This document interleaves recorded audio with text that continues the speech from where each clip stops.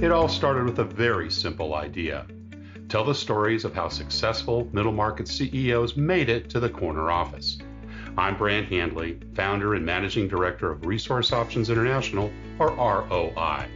We're the USA's premier executive search firm focused exclusively on empowering middle market companies to attract, hire, and retain A players while transforming top executives' careers and lives. ROI's Into the Corner office is dedicated to discovering how middle market CEOs advance their career, and we're making these remarkable and sometimes quite unbelievable stories available to you for the very first time. Listen and learn about the challenges they've overcome, the interesting people they've met along the way, and the lessons learned that steered these executives' unique journey into a middle market corner office of their own. I know you enjoy these CEO stories as much as I've enjoyed recording them. So thank you for listening today. And if you like what you've heard, rate us on iTunes or wherever you get your podcasts. I'm looking forward to you joining me on the next great middle market CEO adventure into the corner office.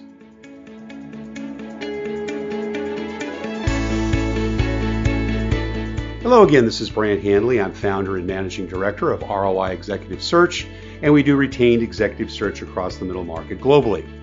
Today's the next step in our journey into the corner office, and I'm here with my good friend of over 5 years, Markus Reinmund. Hello, Markus. Markus, throughout his career, has led and held senior executive positions with P&L management, corporate strategy, marketing, and consumer analytics for many, many large companies. American Express, right? No, Siemens. Siemens. It was Covidien, then Medtronic, New York Life. And a big insurance company we know. Yes, New York Life. Financial. But more importantly, he's the founder and CEO of Knocking, a content and commerce company for all media. We're going to hear a little bit about in a minute. But welcome. Yeah. It's nice to be here in your office. Yes, I just found out I'm probably one of the few people that have been here other than you. I'm alone here normally. Yeah. And you've got a wonderful space here, even with the sound blockings and so forth. You could really produce. Used to be a recording studio. It's a recording studio. It just hardly ever made it and became the office with COVID. Yeah, very nice. And a little movie theater out front as we saw on the way in. So the kids got a little use out of that. Kids love it. Well, we'd like to start in the beginning, and yours is a very fascinating one, international family. Mm-hmm. So tell us where it all began. Where did you grow up? What was your early family life like? I grew up in Munich. Mm-hmm. My dad was German. His family grown up in Munich as well. My mother is from Yugoslavia, Ljubljana, right? Where I spent some time, as you may recall. Yes. I did an internship there many years ago. Beautiful town. Crazy. I don't think many people go. So the Dragon Bridge, I remember well. It's like 3.5-4 million Slovenians. That's right. So they and did they meet in Germany? Did mom go to school there? My dad went on vacation in Yugoslavia. They met somewhere at the beach. And they sort of lost touch, but were writing letters. At some point, she stopped responding. My dad was on his way through Yugoslavia, so he thought maybe he'll visit her. Found out that she had a really bad car accident. She was in the hospital. Gosh. Wow. Car drove into her while she was on her bicycle. She flew 20 feet through the air, landed on her head. Oh my goodness. So really bad shape. And they stayed in touch through it. My dad grew up in a religious house. He's a believer, Christian. Right. My mother, grew up in atheist Yugoslavia, not at all. Right. But she started to show interest, and she found God through this experience, and God over it entirely, even though doctors thought she wouldn't. And a couple of years later, my parents got married. Wow. Yeah. Fabulous. Brothers and sisters? Older brother, younger sister. Okay. Oh, right. So you're the middle child. Not the black sheep. Whatever that means. I well, in your case, a lot of success, that's for sure. So lived in Germany throughout your whole childhood? I lived in Munich for 16 years. And my dad accepted a position in Berlin. So we as a family moved to Berlin. I remember it was... now, is this pre-1989? That's right. But it was 92. Yeah. So just after the wall coming down. It was fascinating. I mean, it's still 16, very interesting time. You leave everything behind. I remember my parents asked us, should we do it? Should we not? They actually consulted my brother and I. Wow. And I remember thinking, I'm going to leave a lot of friends behind, but I don't know if I have these friends because I grew up here or because I'm good at building relationships. So I looked at that move as really almost an opportunity to say, can I build something, Right. from nothing? So I Right. moved to Berlin. It was fantastic. Some of my closest friends are still from Berlin to this day, Yeah. and lived there for a few years. Finally studied in England, Yeah. and met my wife while I did a missions trip to Montana and Thailand. And years later, we got married. So that's how I Right. found my way to the U.S. Well, we'll hear That's about right. that a little. I want to get a little deeper on the early stages. So, Yeah. so Dad moved to Berlin, worked as a professor, or was he an engineer, or was professional He was an engineer. engineer? He was heading up an R&D and production department for a Okay, telephone company, got it. and so he was an executive Yeah, at a moved larger moved telephone to another company. And location. Right. he managed staff of engineers, like Right. three, Right. 400 Right. engineers. I never got any of this. As a kid, you grow up and all Yeah. you know is Yeah. your You dad had a is roof over maybe an your head. engineer, maybe you know that, and then Yeah. maybe one day you spot his title, and I remember thinking, oh, I want to be a director one day. Sounds good. And other than that, very Yeah. little purview to what it actually meant to work. But that's his background. He's an engineer, and he's a fantastic person. And the older I got, the more I realized just what a blessing it was to have a dad like Yeah. that. Yeah. Mom worked in the home, or did she have an outside job? She worked in the home. She had Yeah. two boys. They were fighting all the time. She tried to find a way through it. Right. All Right. kinds of discipline that came away, but we coped with it. Yeah. She's a very gentle person, very kind person. The type, maybe we all meet this type of person that doesn't really understand half the jokes that are made, because there's nothing in her that wants to be sarcastic. There's nothing in her that wants Right. to put anyone down. So when you make a Right. joke along those lines, she actually will not get it. Yeah. Yeah. That became a bit of a running joke. She'd be the Interesting. one that wouldn't laugh while everyone else is laughing. Right. She'd try to giggle along, but Yeah. not get the Yeah. punchline entirely. Got it. Got it. Were you a Yeah. good student in school? No, That was a quick answer. yeah, that's a pretty clean one. I did eighth grade twice. Yeah. Okay. I flunked English, German, and Latin. I Yeah. was, Well, you probably weren't challenged. We find that with a lot of CEOs. There yeah, were things that just you didn't find interesting. yeah. I've had enough people tell me this through the years after the fact, and go like, "Oh, you seem to be doing well in life. Probably you were just lazy, or not challenged enough." And maybe it's true, right? But I do know I was lazy, and there's a reality here. Right. Right. If you're lazy because you're not getting stimulated enough, you're still lazy. And if you require a lot of input from other people to overcome it, there's still something you got to work on. But I was very good at math. I was very good at sciences. I would never do homework. I Right. wouldn't do homework. And I remember some teachers recommend to my parents, hey, maybe you shouldn't go to university. Maybe you should Because maybe you have the streaming in Germany, right? yeah, Where kids go into vocational that's right. schools if they don't necessarily have the grades or Yeah, you either do yeah. 9 years or Right. 11, and then Yeah. Yeah. you do an apprenticeship, either Right. bakery or Right. mason or Whatever your some aptitude business might be. management. Or you Yeah. go 13 years, and then with that, you sort of graduate from the 13-year high school, and you can go to college. And Right. there was this conversation. My parents were teachers. Maybe that's not for him. And there was one teacher kept telling my parents, he's just lazy. One teacher. And They weren't taking any. He wasn't taking any his excuses. name was still remember his name. His name was Mr. Gumtao. He was an English teacher. Wow. He was surprising because he gave me my fail, and Yeah. Yeah. But what I found when we moved to Berlin, I had 1 year where it was still bad, but as soon as I had a new relationship network, Yeah. it changed It entirely. kicked in. Oh, that's So interesting. we went to Berlin. My parents sort of took us to this church that my brother and I at the time, 16, 17, 18, Yeah. we really liked. We liked the youth group. And I built this relationship with, 16 to 24-year-olds. So just became good friends. And I made a point of getting to know everyone in school. I Right. mean, I would write a list of names. I would every day for weeks. If I meet someone, I'm going to write the name down after. Huh. I'm going to call everyone by their first name. Wow. So you do that for a few weeks. You're going to walk the hallways. And you know You're gonna know 120 people. everybody. Yeah. You know more people than they do, and they sort of know you. At some point, it's embarrassing when someone calls you by your first You don't name, know right? their You don't- name, right? But my relationship focus changed from being friends with people at school to being friends with people at church. Ah. And what that Got did it. to me was I just stopped being a class clown. I stopped Right. being distracted. I stopped, as a matter of fact, sort of caring, and I just let school be school, and I paid attention, or I didn't distract. And I went from D- student to graduating. I think it was the second out of class of 120. Wow. 2 years later. Oh, it Yeah. surprised me too. So Yeah. that was a big turnaround that no one saw coming. I would agree. Yeah. Other interests? Did you have sports? Did you join the chess club? I mean, what other things did you pursue in school? Music. I Music? played piano. Right. That was a big thing. Yeah, I played volleyball. I liked it, but soccer occasionally, like any German would. But right. no, my life was made up very heavily of school, church, music, Right. and it sort of rotated through. Yeah. Work is different now than I had it for many years. For many years, work was a bit predictable. You work in larger companies, and there's a flow of meetings. There's workflow that comes from different areas, departments, bosses, and so at any point in time, you may find yourself in a spot where you have too little time, but you just plow through. Right. When you do something entrepreneurial and you start to build a team, at some point you get away. And I remember it sort of happened around 15, 20 people. You get away from the point where it's actually productive for you as the CEO to step in and do it all yourself. Right. Or try to do it better. Right. And what happens then is you're going to sit in the spot where you think, should I jump in and help or should I drive?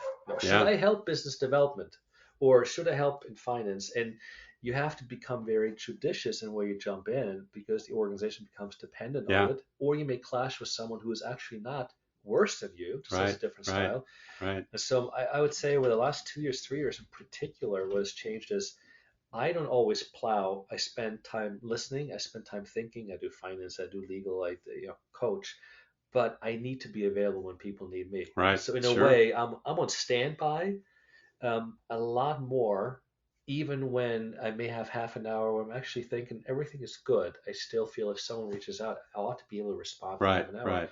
Well, let's talk a little bit about that because not busy. What do you call it? I'm not sure. Yeah. Well, your leadership development arc is obviously modified over the years, but I want to kind of go back to those early days and how you kind of transitioned to college. Now, so did you do an undergraduate in Europe before coming over to the States? Yeah, I did. I did my BA and MA in economics in England. Right. And then you came to Wharton, right? And did your MBA eventually? I did so I studied at Cambridge in England and then came to the US, worked for 5 years. So tell us about that transition to the US. So was there a job opportunity that came your way? Did you kind of make the decision that you needed to go on to the US? How did that come about? I went to England intentionally to get an international degree because I didn't want to end up staying in Germany. Okay. And what that meant for me at the time was I'm going to enter finance or consulting, and I'll end up working in Singapore, Hong Kong, or New York. Wow. So if you think about the 4 or 5 financial centers at the time, that's Singapore, Hong Kong, New York, Frankfurt, and London. And I thought Frankfurt is Germany. London I don't have to do if I study in England, so it's the other 3. And I became friends with my future wife, before I went to Cambridge. And then throughout that time, we grew closer and eventually got married in my last year. Oh, so you met her while you were still living in Germany? Yeah. All right. Got it. Cool. Got married in my last year. Yeah. And then after, it was sort of obvious to say I've met her family, but I didn't really know them. And the thought was, why go to Asia? I can go to New York and get to know her family. She's from Long Island originally. So the idea was to actually go to where she's from and get to know the family, and not rip the daughter out of the family. Right. There was no job, and we moved there in, I think it was July 2002. 2002. So this is after 9/11 as well, right? So we got married before you had citizenship, before you had work permit and all that. We got married 16 days before 9/11. Wow. We arrived on our honeymoon. We did a extended honeymoon, a week in New York, and then we flew to Indonesia, Bali. And we arrived in Bali the day before 9/11. Oh, my gosh. And I think, if I recall correctly, I couldn't tell at the time, but I think we saw the second plane hit. So we sort of snapped into the news cycle. I think it would have been later in the day. Yeah. So that took up obviously almost all the attention. Well, did you get stuck in Bali? Not that would be a bad place to get stuck, but the flights were closed down, right? I was probably couldn't return to the US. I was worried about the opposite. My father-in-law loves his daughter, loves family. Sure. He'll jump through any hoop to protect his family. So I knew within 24 hours he's going to start making plans to save us from, whatever danger he thinks Wherever we're in. you're in, yeah. And so he's in New York, and they experience everything directly. We're in one of the largest Muslim countries. That's so right. as soon as I think people connected the dots, it will be this thought: where are you safe? Well, I felt, I feel a lot safer in Indonesia than I do in New York right now. Right. But within 2 days, the question came up: hey, do you really want to stay the entire time? Why don't you come back home? And we were planning to be there for 14 days. Yeah. We were the only 12. Only 12. Well, in most end, of it anyway. He flew us out 2 days early. He couldn't wait the last 2 days. That's so funny. He couldn't wait the last 2 days. He flew us out. So, we took a flight via Hong Kong, went back to Germany. And then, as a matter of fact, it was a crazy honeymoon. Then we flew to England. And from there, we flew to Portugal, and Spain, and then we went back home. It was an extended honeymoon. So what was that first job that you took in New York? In the financial industry, right? I mean, you ended up pursuing that path for a while. No, I actually didn't. You didn't? I would have, but we got to plan. New York, less than a year after 9/11. Moved to New York City, and my father-in-law ran his own company. He'd invented the MRI scanner in the 70s and built a company that manufactures MRI scanners. That's actually coolest story in whatever we talk about today. But I'm going to get him on the podcast. Yeah. And so he was asking me to join his business. Oh, okay. Here, my wife was more. Well, that makes sense. As much as he protects his daughter, he wanted to have you pretty close. Yeah, I guess. Did he think of this as protection or blessing? I don't know. Yeah, it could be both. My wife's feeling was it's probably better not to. Right. And yet we looked at what it meant to now get started and look for a job. And New York was not a good place. And it became clear we'd likely have to move to Boston or Chicago or somewhere else to make it work. Those post 9/11 years were tough. Yeah. Very tough. So we thought, okay, why not give it a try? And that giving it a try, that became an extended period. But I never entered finance until years later, actually. Yeah. So who was that first company? Who did you go work for? His name is Fonar, Fonar. Okay, got it. And you come in a management position, or was it entry level, or? That's a funky one, right? So you come in and you're the CEO's son-in-law. It's not clear what you are, and everyone. Interesting experience. So family-run business. They had like 400 or 500 employees at the time. Oh, pretty big. NASDAQ traded company. Yeah. And so I come in. I'm as junior as they come. And I'd worked for 2 years at Siemens in Germany. So in Germany, I went to school. Then I went through a management trainee program with Siemens, and they wanted me to stay, but I went to study. So it wasn't my first time working, Right, sure. So here you are, early 20s, and the role isn't clear. So sort of ended up getting slotted into a mix of marketing and planning. But he, my father-in-law, did not make it, clean and easy. He didn't say, here's your job. He said, find something, essentially. You end up being the spot. And I think I'm sensitive enough to realize, wherever I stick my nose, people are not necessarily going to like, in there. That the size of it. Yeah. So what this meant, it became clear to me. I spent some time understanding technology now that, this medical side works and how MRI scanning works.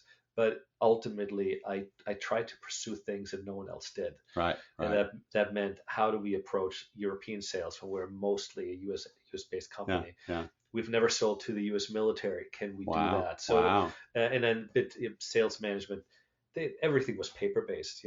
Sure. Salespeople reporting. Can we have a CRM tool that actually visualizes for people, what they're working on and what context they're following up on? So I take it the company wasn't that technically advanced. Even though they had an MRI, they weren't using it much in their processes. So think about Salesforce management. We had 15, 16, 17 salespeople, and today use Salesforce or CRM or something like that. Well, we didn't have the budget for it nor the interest, I think. And so what I ended up doing is I hired a developer, and we used Microsoft Outlook. Yeah, develop spreadsheets now. We reprogrammed basically the context within Microsoft Outlook.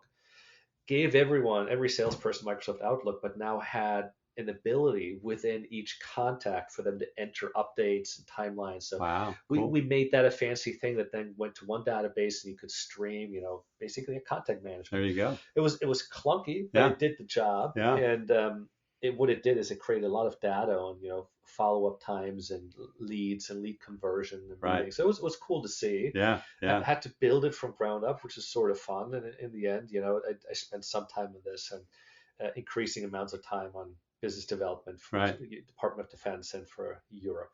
Now, did you have management responsibility there? Did you start managing people I at did, Funner? and it was blended. You had people that worked for me, and I had people who, worked for my father-in-law, and I was going so to by say. extension, I think there was always a bit this attitude of, do I have to listen to what he says? Yeah, right, And not right. not that I said in the room and told people what to do. It almost the opposite. I think I tried.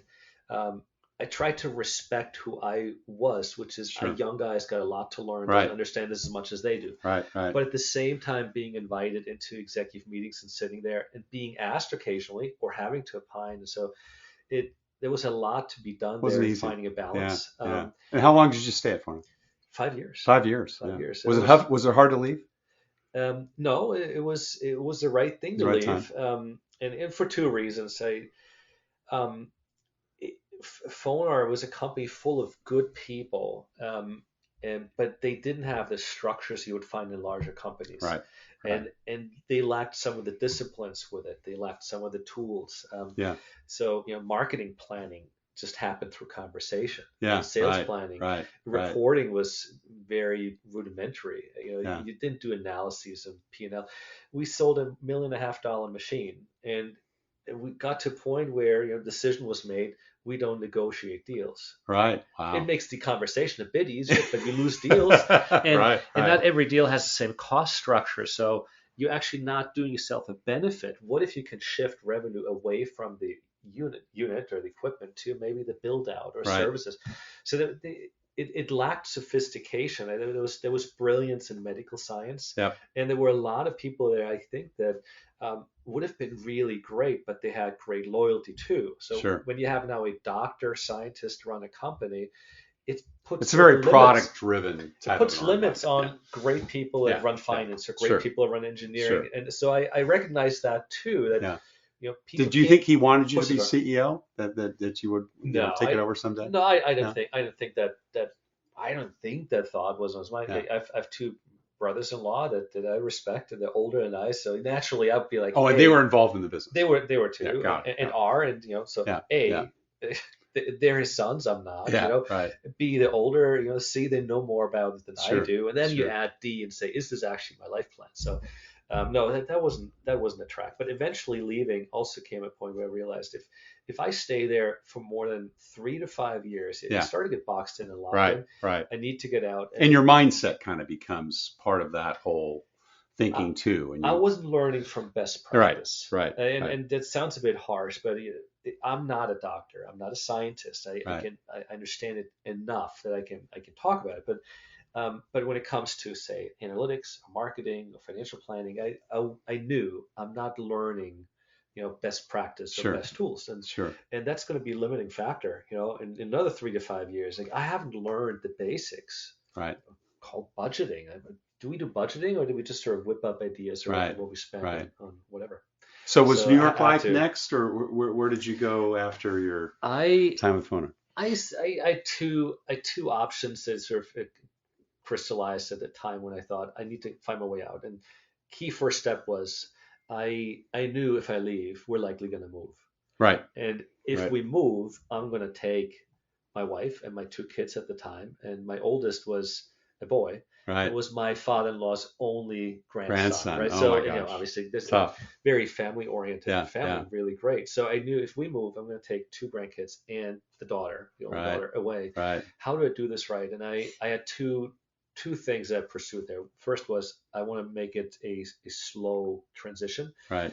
and that meant I'm going to do an MBA. I'm gonna pursue an MBA, and I'm gonna make the decision during that MBA what to do next. And the second decision was we gotta.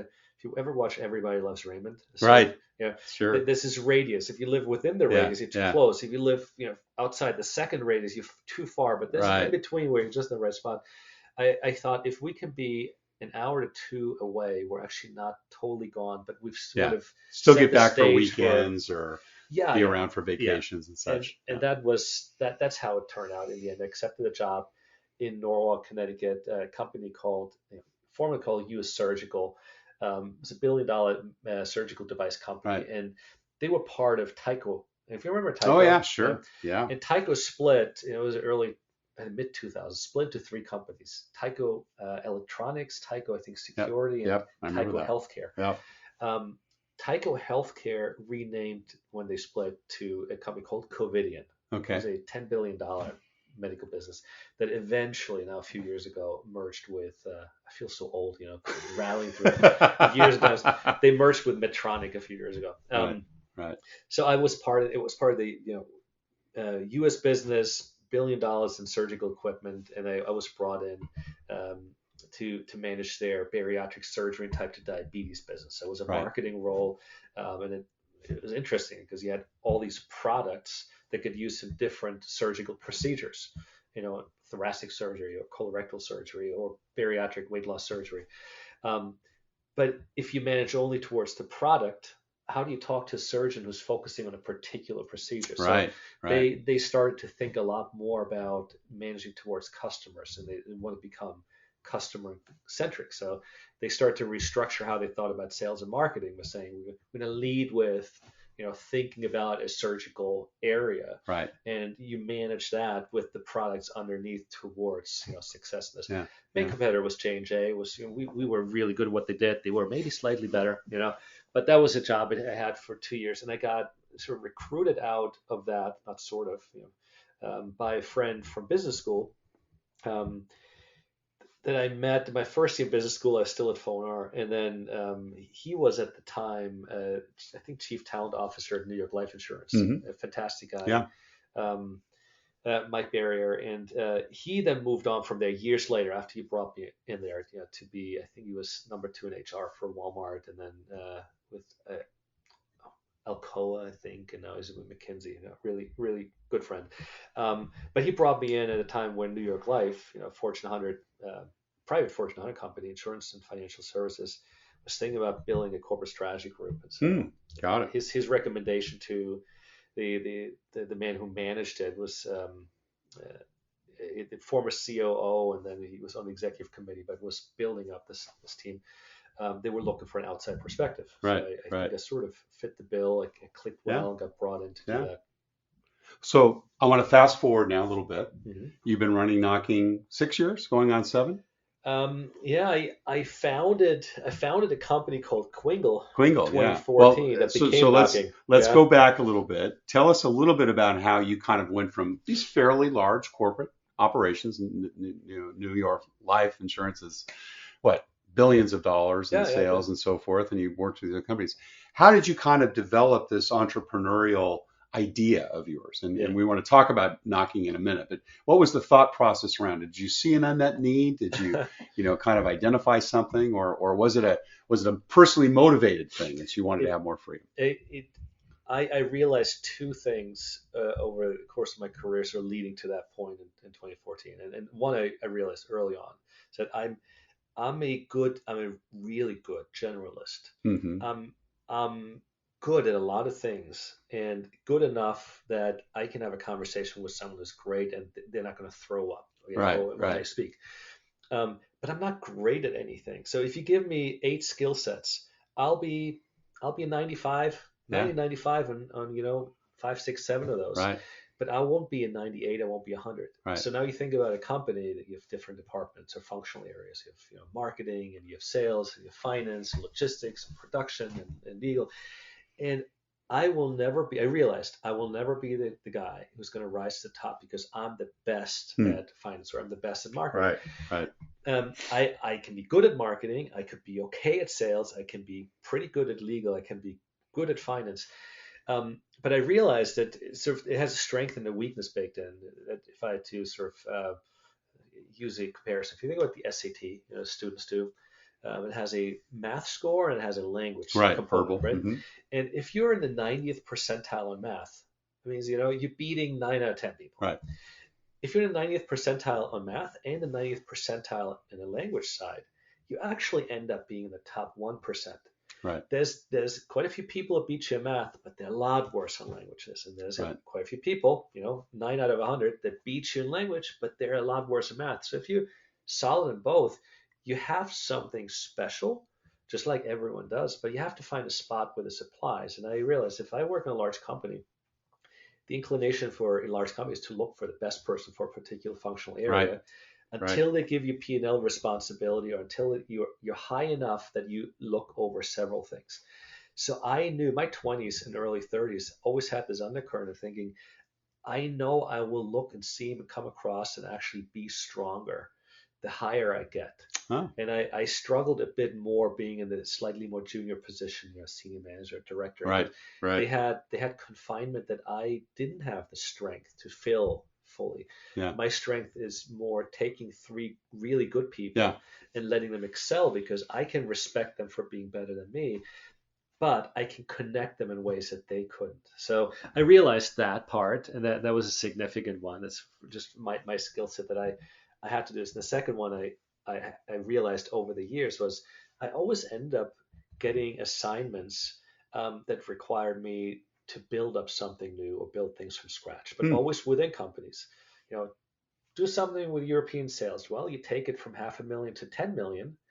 Now suddenly everyone pays attention, and it was my father-in-law's company. Right, Now right. everyone wants to have a say, and I'm looking at this saying, I got it there, and I have a better feeling for how to take it to 20, 25 million. But the U.S. culture comes in and wants to now go from 10 to 25 in a U.S. way, and Right, that didn't work. sure. I go to Covidien, I overhaul the way they do business management and product management and market management. I went to New York Life and I built up this department, then I built up customer insights. I was asked to take a look at lead management. I built new things, and I often bumped at this point where I get my accolades because it did a really good job coming up with something new, Right, and then right. that new thing gets taken and plugged into the existing as if it's just an add-on. Now I noticed that people often don't see the potential of the new. They Right. see what you've already built. Interesting. And we built a lead management system that allowed us to see which of we had, I think, 10, 12,000 sales agents. And we handed out millions of leads to them. Right. We had no idea if these guys, Or being gals, followed. Yeah. call these people. Right. So I built a team and we built a system, actually built our own in-house telephony system that all calls are routed through us, and we could have analytics on who's calling whom, when, how quickly. You send out a lead, and you have a dashboard shows you how many seconds someone is waiting or hours or days to Wow. call back. And then you take that system and you can basically say, here's a sales agent X. We just gave him a lead, Brand Handley, who wants Right. to be contacted. Sales agent X hasn't called in 48 hours. We're going to deactivate the phone number for Brand Handley, give it to another sales agent, and so now you get a Ah. call. So we generated It's all about we measurement. It's all generate about tens metrics. of Yeah. millions in doing that well. And but the potential for it was a lot bigger, and that Yeah. got lost. And those that got lost. So back to your question, Yeah. what made me go out is I saw this system that generated tens of millions for New York Life, and depending on account, I think it was like hundreds of millions in life insurance value and then annuities and other things. So different ways of looking at impact. But I thought the impact of this outside of New York Life or in the broader industry would be Be huge. tremendous. Yeah. Wow. And so how do you go about that? And Right. that grew that thought of saying, what if I can build a system that allows anyone to have a unique phone number with the click of a button? Imagine you go to a networking meeting. No one wants to hand out the cell phone number. We all hate phone calls. But Right. what if you build an app, which we then did? Um, what if you build an app that allows you to create a unique phone number with one click that you can activate, deactivate? And what if you add an ability within that app to make calls more intelligent? So when Hmm. someone calls you, they can send a subject line with the call. A Right. lot more likely Right. for someone to pick up if you say, just, This is what it's we'll about. talk about dinner. Yeah. Yeah. And we added a feature that allowed you to ask for a specific time. In our app, you could call someone and you could, with the call, send a 3-minute timer and say, I need to talk to you. Here's a subject. And then you click the number 3. It's a 3-minute call. 3 minute And the call. app Yeah. turned the call off after 3 minutes. It's like Wow. Snapchat meets Skype kind of thing. Yeah. Yeah. Cool. But underneath it was an analytics thought. Right. What if we can enable better communication and have great analytics? So that's what got me excited in 2014 when New York Life started to restructure. I realized if I stay put, I'm going to have to go back into a role that I'd already done Yeah. and probably do for a year or two Right. while lots of change happened. Right. And I couldn't do that. Yeah. So I ended up, I had good enough relationships with the right people in senior management and up to the CEO that they were very friendly and they were understanding. And so I Right. got to a point in 2014 where I indicated You that need it. I'm not sure what my role would be. And So let's talk about way. knocking. So Yeah. so you had Quiggle first, came into knocking. Yeah. That was the impetus was, hey, there's a Quick, lot going on in the advertising world. quick mingle. Yeah, Quiggle. Yeah. yeah. Yeah. And what led you to the knocking proposal? Um, started this app, and the app had three different phases baked into it. Because when you build an app and you target something at consumers, you have to assume you're going to fail. You're not going to have enough money to sway 300 million people to use your Hmm. product. So you depend a bit on it gaining traction and going viral a bit. And that's Right. not a great marketing strategy. So you build something that's awesome, and then you give it to people, and you hope that it resonates enough that it goes viral. A Snapchat didn't have to go viral; it just did. TikTok didn't have to, but at the right time, with the right technology, done the right way, it can. So we had a first app that we thought could go viral. If it doesn't, we have a different iteration that could by itself do something. And if that doesn't, we had already at that point then built an entire telephony infrastructure allowed us to do analytics for businesses similar to what it did at New York Life, just in a different way but better. So Right. plug and play, better reporting, and it works across devices. And a small team, I'd recruited someone, a friend from New York Life, to join and do all the backend development. I'm not going to name names, but he'll know who he is. Great guy. And I reconnected with an old friend from Berlin. Yeah, from Germany. Yeah, Right. Stefan. yeah. Yeah. And one of my best friends, like often happens, you don't know what your best friends are really good at in the work world. You just know that they're, an attorney or Right. someone in development. But it turned out, I'm a business guy, I'm not a developer, but I had, one colleague, friend who I knew was really great, very creative. And here at Stefan, who was in a very different part of technology, I thought likely very good. Well, I let the two of them work together, and I thought I'm going to find Yeah. out. I'm going to find out who's good at what, Right. because I Right. trust both of them, right? So Yeah. I'm gonna find out what the strengths and weaknesses are. So we built this entire system, ended up using it sometime later at a company that was called Simplistic. It was founded by my partner and COO here at Knocking, Brian Meehan. And at the time, he was doing flash sale enablement, e-commerce development, working with ABC and GMA and The View, and just actually doing fantastic work. But he sort of had a backseat to a really cool industry. And when we connected, he got the idea of what Quingle was, because years prior he was part of a company that he led that built an app called Knocking. Hmm. Knocking Live. It was the Right. first. It was the first live video app on the iPhone.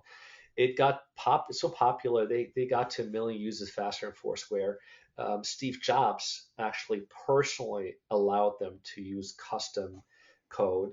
It made the news everywhere. So that thing blew up. Right. They tripped over funding eventually because the two investors that called shots wouldn't accept a very I think powerful funding offer. It's just disagreement on valuation. And then 6, 9, 12 months later, the business ran out of funding. And Yeah. it was a big loss. But Yeah. Brian got what Quingle was and could be. So we started spending more time. And then we plugged the Quingle analytics into his business for phone call and customer service. Um, and then we realized, we should do something together. I looked at his business that if we take your business and instead of you just doing e-commerce, we actually own the whole thing. If we own curation, if we own content, if we own e-commerce, if we own the data, if we can be analytics based, this can be a lot bigger than what you currently have. A lot by multiples.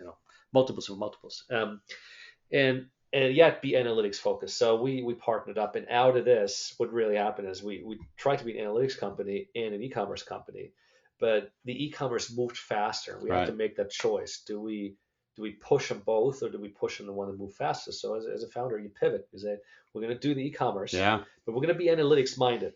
Right. And if the time comes, we'll do the app and we'll do the analytics system. But the e-commerce accelerated and it gained a lot of traction. So what we have today is a company that on the outside looks like a media and a production and commerce company, but on the inside is actually very tech and very analytics Right. centric Right. by the way we do it, by the SaaS platform that we developed. So it's And interesting to kind of see. the unmet need is all this lost advertising revenue that many of the broadcasters had that have gone to the internet. right? Now that you've kind of come in and replaced it with e-commerce Yeah, revenue for them. in a way, everything trickles down to revenue, right? Right. Lost revenue or Right. potential revenue. And what we had here was the overarching notion was similar in marketing in general. When you deal with a consumer, that consumer has a wallet. And if you can get a share of that consumer's wallet, Yeah. you probably have done something productive. If you can do that for 300 million people, you're going to do something really great. And every business deals with that same question. Now, when you look at media, most of media revenue comes from advertisement dollars that they earn. So think about a regular TV station. Every 60-minute period has about 16, 17 minutes of advertisement time. Mm-hmm. Now that's ad time, and the other 43, 44 minutes are called content time. And it's the content time that we all care about. It's interviews and news and shows and entertainment. But the media company has to care about good content to attract people, Right. but they make the money with the advertisement. So we looked at this and thought, what if you can make content that self monetizes? What if you think about Shark Tank as a really great example? Millions of people watch Shark Tank, shows get recorded and rewatched year after year, but they don't have a call to action that says, if you want to buy this thing right now, you can buy it. Go to sharktankdeals.com. And there's reasons why they haven't. But the reasons are not good ones. It's more like different large companies not able to figure out how to work together on something. But when you go on Shark Tank, you may sell $1 million worth of product the first night that you get air just because people check you out. Right. The same is true anywhere media. If you reach 100,000 people and you tell them about something that's life changing and good for them, well, people will check it out and a subset will buy it. Right. So if you're a media company, why aren't you intentionally monetizing it? Why are you not getting a share of that revenue?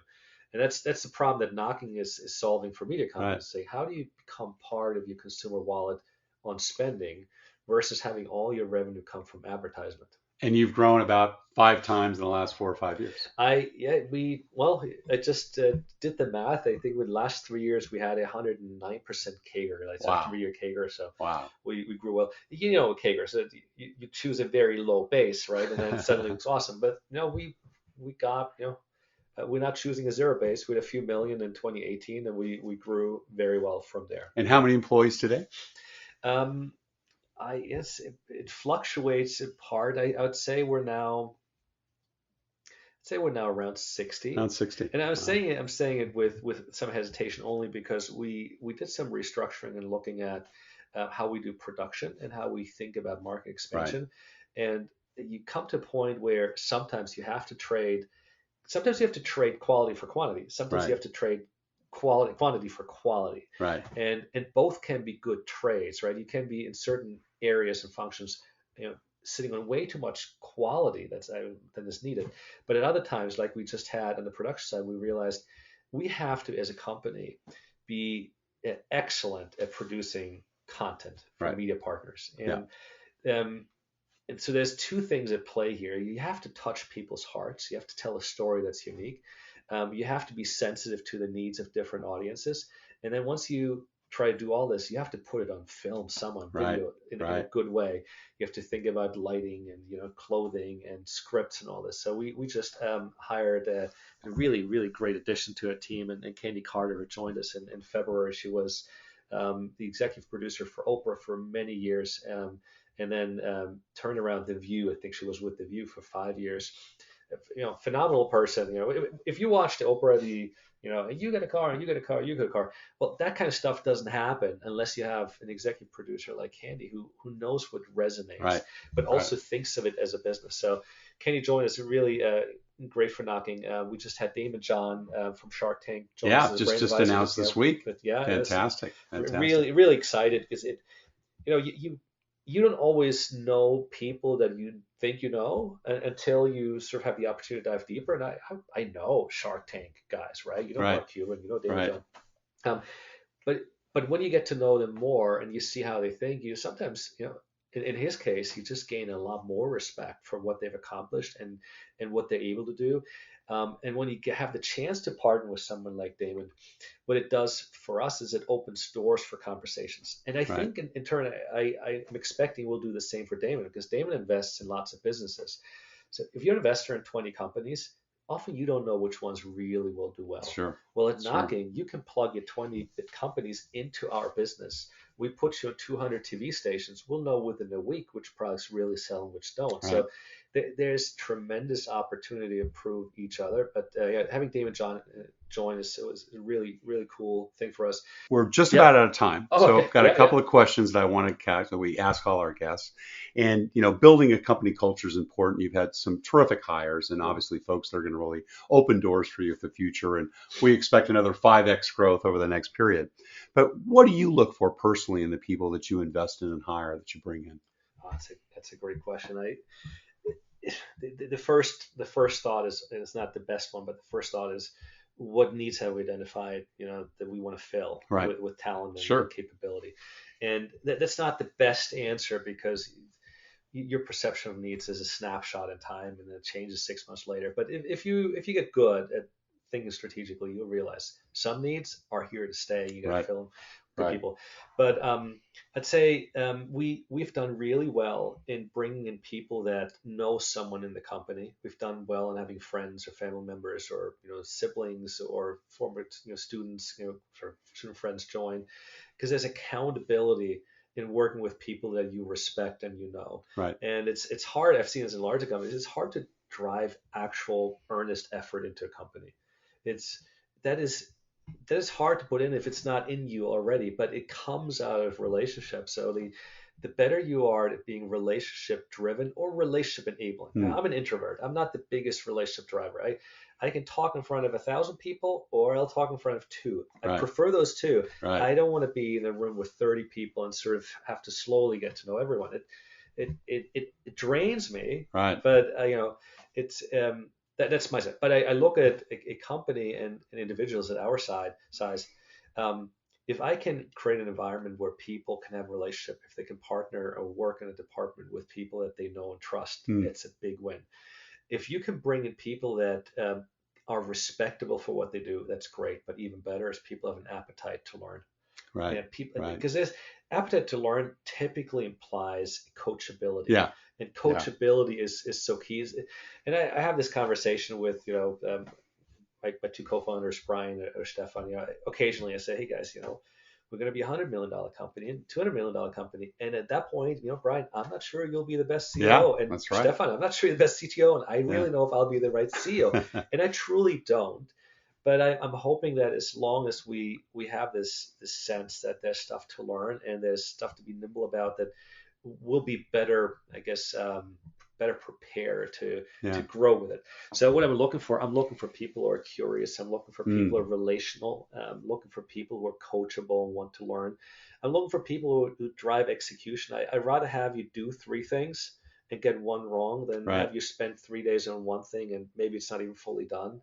Do you have a favorite interview question that you use with new hires? I was worried. I said, do you have a favorite employee? Well, we know who that is.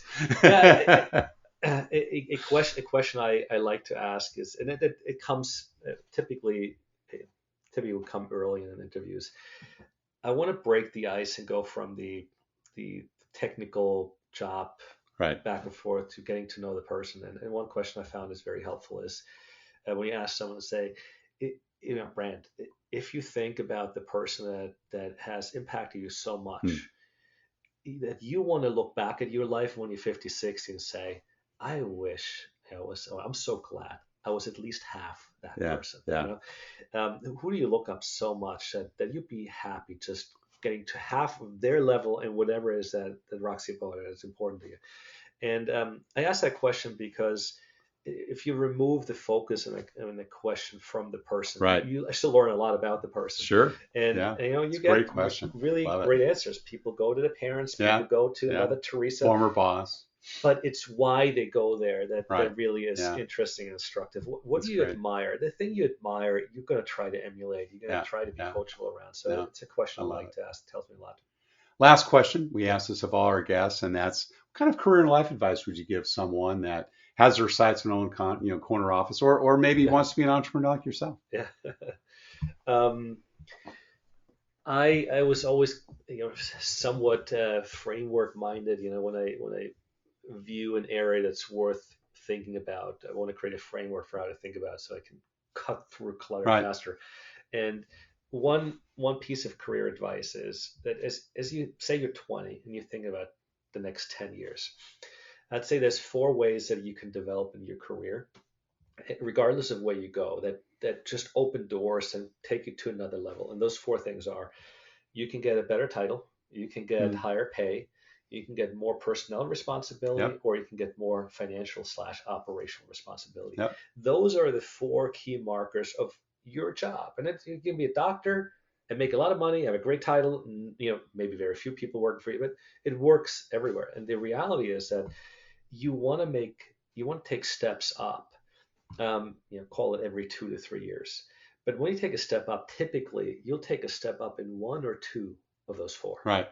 Right. It's very rare that someone, company will give you a higher title, higher pay, and more people. That's right. Or, a higher budget responsibility or P&L responsibility. And it's rare to get more than 2. And so the important thing is to start thinking, which of these 4 matter? Right. And the 2 that matter are, if you have it in you, aim to have people work for you, because you want to learn how to motivate and lead people. Yeah. And if it's hard for you, all the more learn it. Right. And you want to have responsibility, whether it's financial, budget, P&L, because that's the real stuff. That's where the rubber hits the road. Your title and your pay will follow these other 2. Correct. Now, there's times where you stalled somewhere and you can't find your way out of a job or a company, or it's good in some ways, bad in others.